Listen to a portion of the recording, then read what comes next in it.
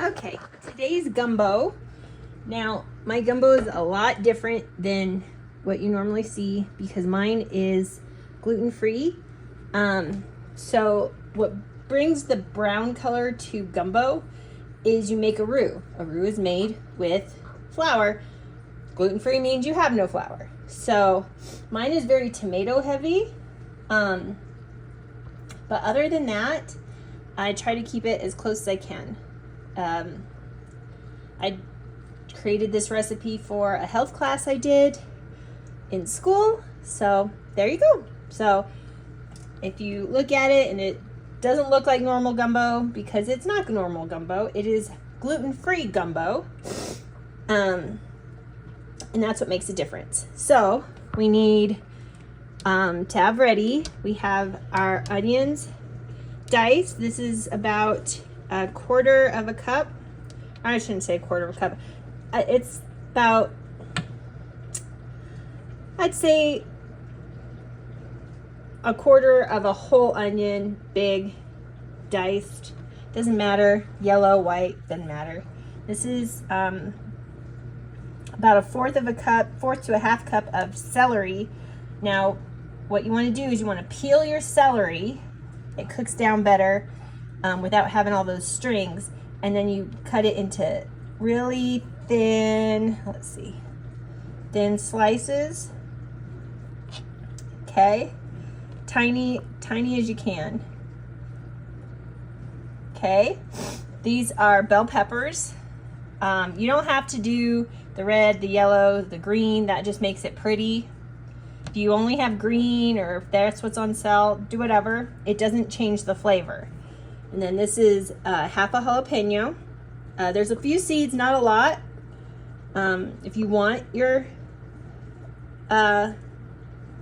gumbo hotter, you can slice it long ways and do half that way. I just slice it across the board, and then I mince it as much as I can.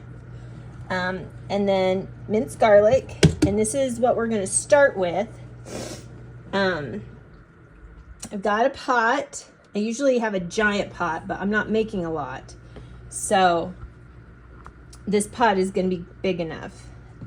Inside this is bacon fat. I keep my bacon fat to cook. A lot of people don't do that. You can use butter instead. It's about 2 tablespoons, and we're going to use this to cook down the onions and cook all the vegetables to get started. So I'm going to turn the heat on. Mine is on 3. I'm going to put on this thingy. There.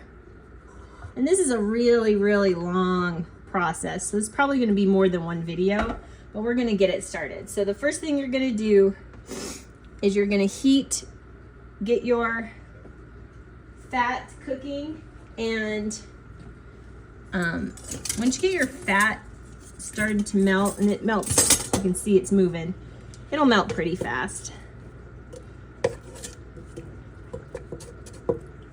I'm gonna turn that up just to melt it quickly. And like I said, I'm just using bacon fat, but you can use butter. Use unsalted butter if you use butter, because this can get real salty real fast if all the components have salt in them, like the stock and everything. So make sure you use unsalted butter, but I'm going to use my bacon fat. So it's starting to melt, and I'm going to start with making sure my onions get cooked. So put our onions in, and you want to have everything already chopped, ready to go, because you're not going to have time to chop in between. These 2 pieces look kind of big. There we go. So we'll get started cooking down the onion. Get them nice and coated in this bacon fat.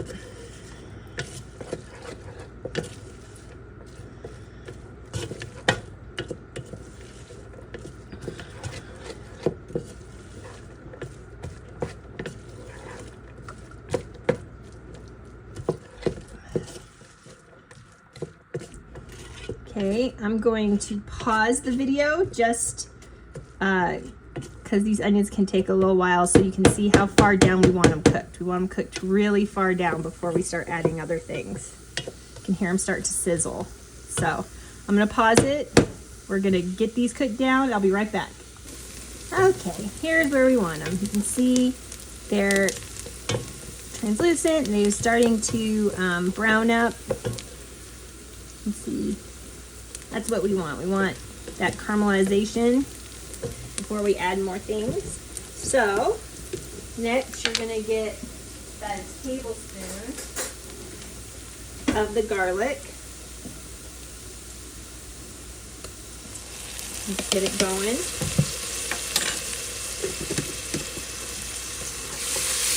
Let this cook for 2 to 3 minutes. Want this all now on low heat. This isn't something that cooks fast. It's something that if you're home all day or, you know, have a lot of time, you can cook it, and because it sits for hours and hours and hours cooking down. So while that's sizzling, I'm going to add the celery as well.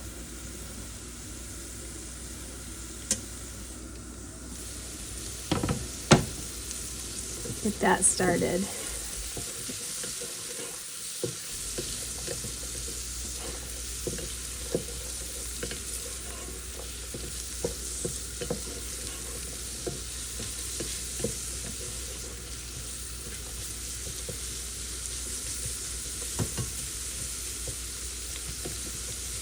Now usually you would cook your vegetables down and then make the roux, and the roux gets really, really dark, and that's what gives it that dark brown color. But since we aren't doing the roux because it's gluten-free, we just kind of skip the roux part. And we just cook down our vegetables. We still get our flavors from our vegetables, but we don't get that flavor from the roux because we don't use roux.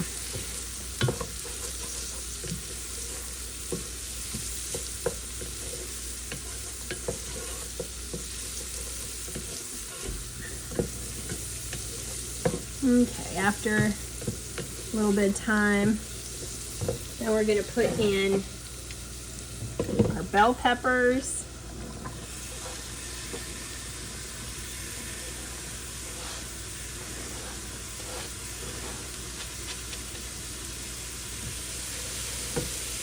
Stir.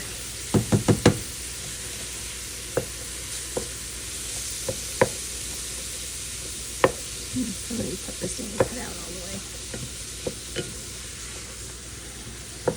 way. And you can either do, when you cut your onions and your peppers, or your peppers I should say, you can either do the method that I showed earlier where you do the sticks and then the squares, or you can just cut your peppers and then put them in your, if you have the chopper, you can put them in your chopper. Either way, it doesn't matter. You just kind of want them all around the same size. You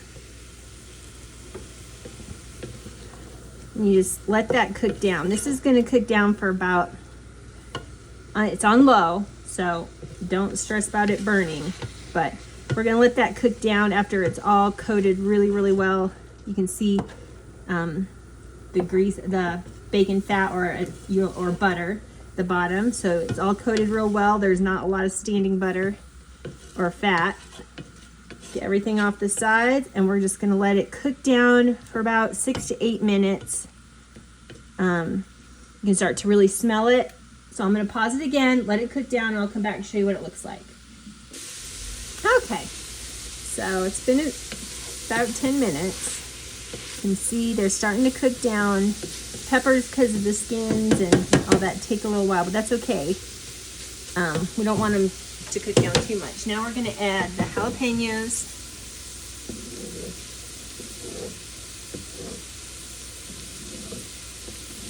There we go. add a good stir. And we're gonna add our spices so spices can start to hydrate and start adding that flavor we want. Now, you can do this several ways. You can buy something like this, which is Creole seasoning. As you can see, it's a lot of salt, and I used to do a lot of this, but the problem with that was it would be so salty that it was really hard to get past the salt level. So I came up with my own spice mix, that I think works really, really well. And so I'll tell you what I do. I start with ground paprika. I do 2 tablespoons of that. And this is all because this is going to be, I know it's a lot of spice, but that's because it's going to be flavoring it's going to be flavoring tomatoes, it's going to be flavoring broth, just a lot of different things. So we need that. Then I use, let's see, should have pulled this out. Onion powder. Do a tablespoon of onion powder.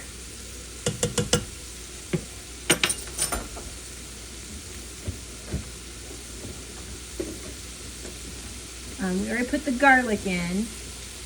I do oregano, tablespoon of oregano.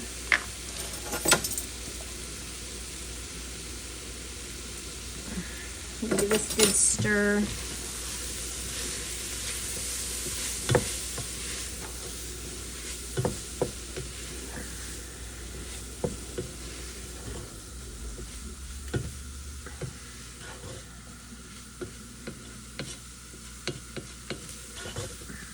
You can see those spices will start to make kind of almost a roux of their own. I'm going to do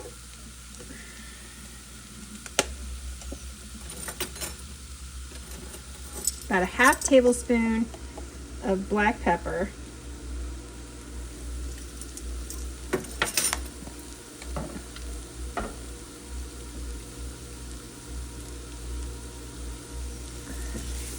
I'm gonna let these cook down a little bit more and then come back and add the rest. So get that going, let this cook down.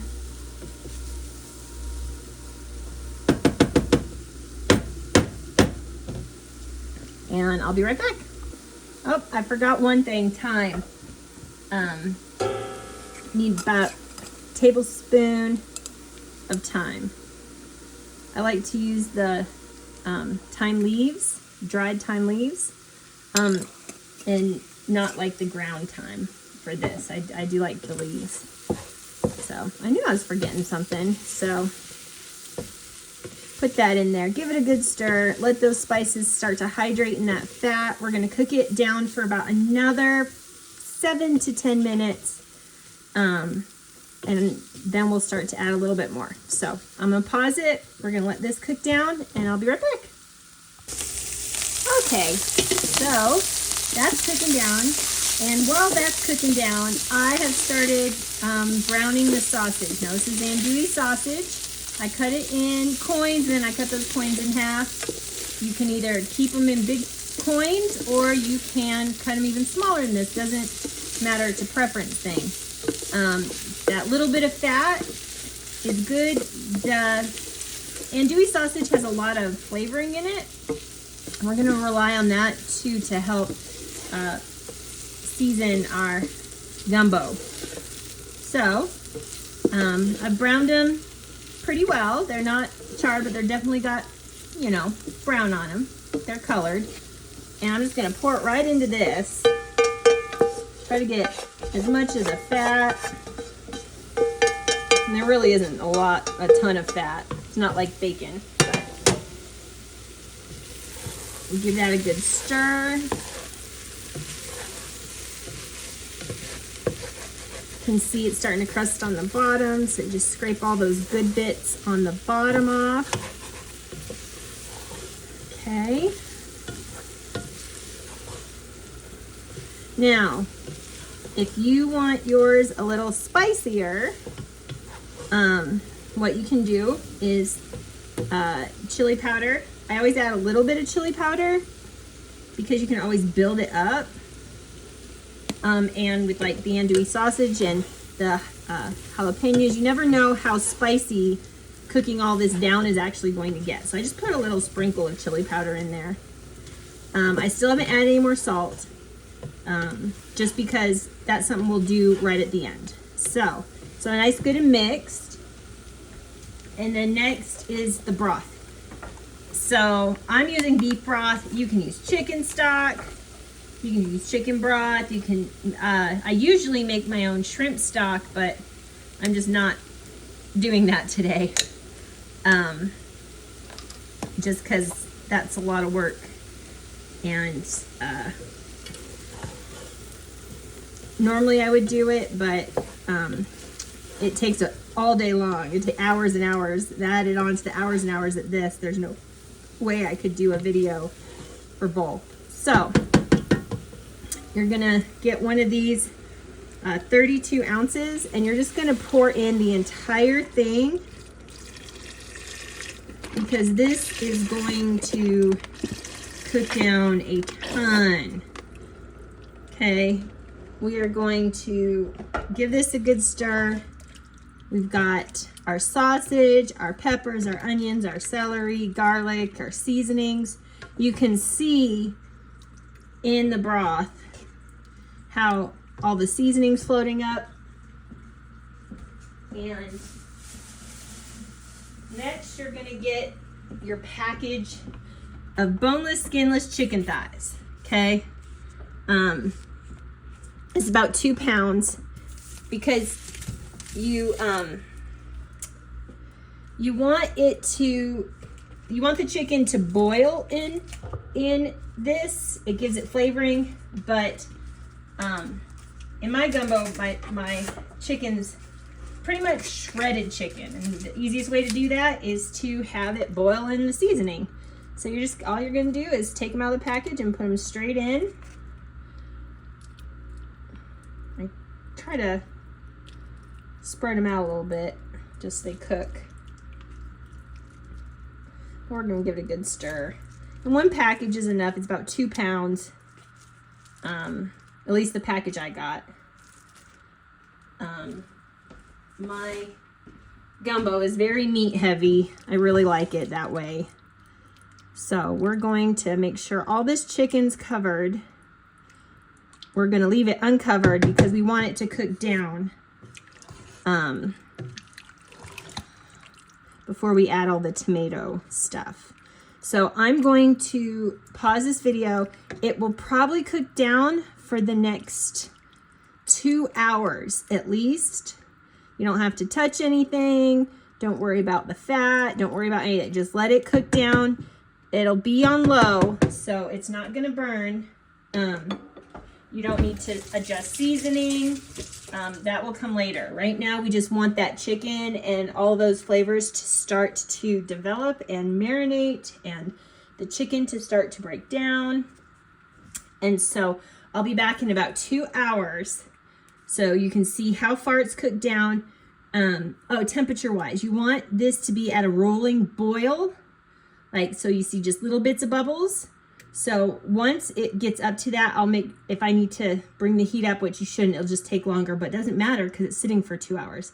But you don't want it boiling. If it's boiling, it's way too hot. You just want little tiny bubbles here and there, a little bit of steam, not tons of steam. So there's that. So we're gonna let that cook, and I'll be back in 2 hours.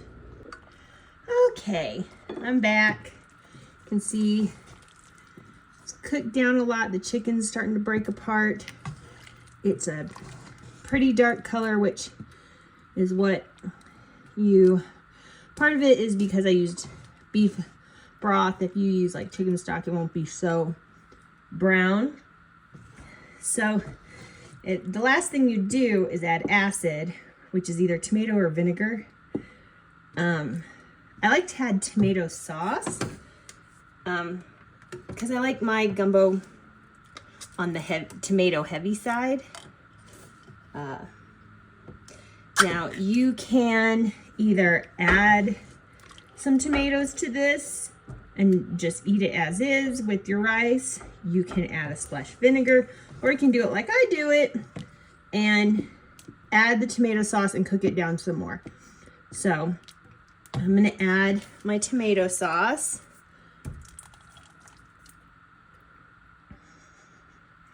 And I'm gonna add 2 15-ounce cans. Here's the first one. You'll see it starts to get red.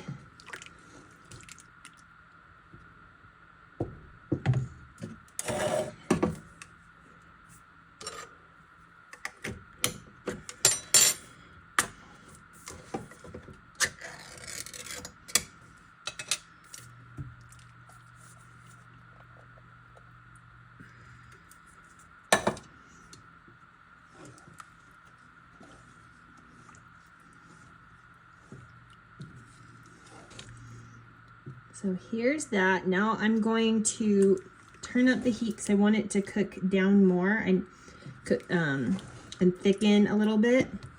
So I'll probably turn it on medium heat for about 30 to 40 minutes. And that'll also break down the chicken a little bit more.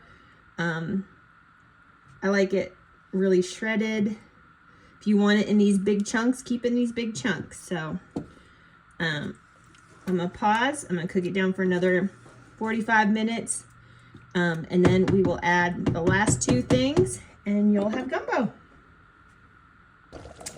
Okay, so you can see it has cooked down quite a bit. It's a lot thicker, it's a lot redder. That's because of the tomato sauce I burned. You can see right here is where we started, way up here.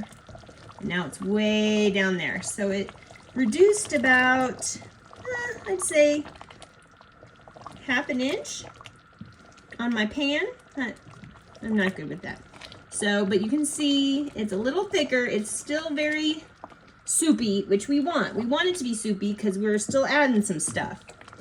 It's still dark. It's not that bright red from the tomato sauce, but it's redder than normal gumbo. So the next thing we're adding, it's one of the last things, is the shrimp. Now, these are, I peeled them myself. They were huge. They were like that, as you can see. I don't want my shrimp that big. If it was for presentation, I would have kept them that big because that would have looked awesome. But I want more shrimp to scatter. Oh, and you can see the chicken. See the pieces of chicken, how they've just kind of strung out? That's how I like it. Still have a few big chunks, but that's okay. The big chunks aren't a big thing, but a lot of the chicken has just falls apart. So this is back down on low, okay? And the reason the shrimp are the last thing we put in the pot is because it's, I usually put these in right before I serve it because overcooked shrimp is the worst. It's the absolute worst. So I'm gonna do this because once these are cooked, it's gonna go off the heat. And then we're just gonna heat it up as people eat it. I'm gonna put it in, I'm putting this in meals and stuff. So you just stir them in. And you let them boil on that low heat. And they don't take very long, just a few minutes. So, you just leave them in there.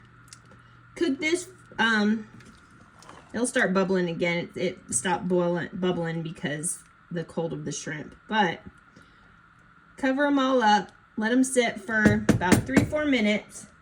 You can see there goes the bubbles again.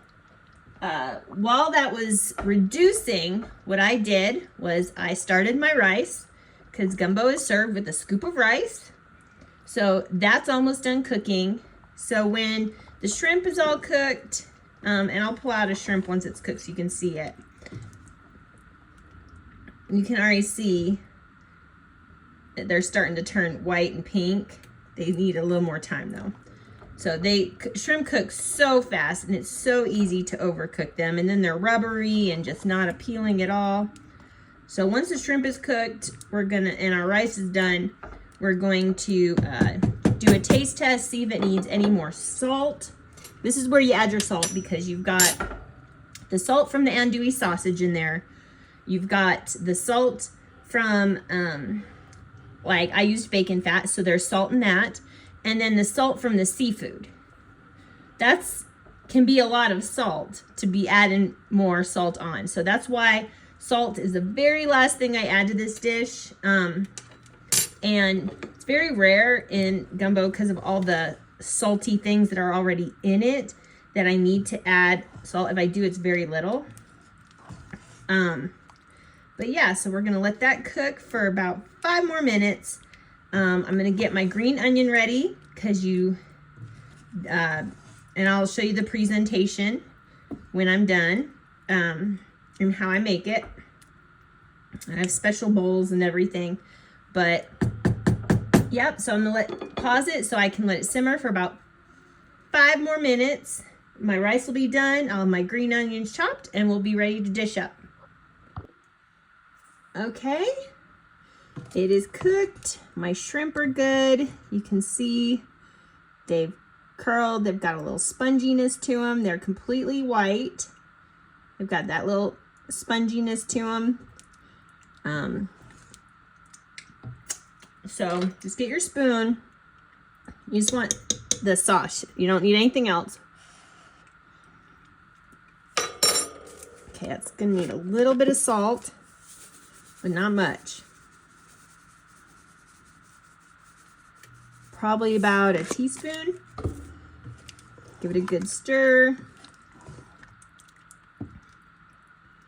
And this salt is to taste, so you stir it up. Give it a taste.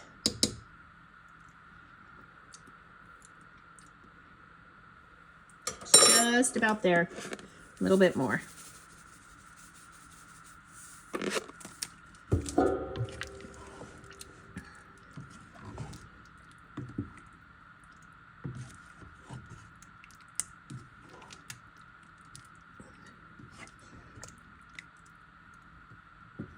Okay.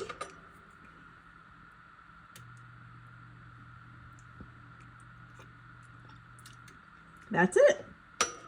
So I'm gonna get me my scoops out now with the rice. I have these measuring scoops. And whichever one the blue one is. Let's see, does it say on there?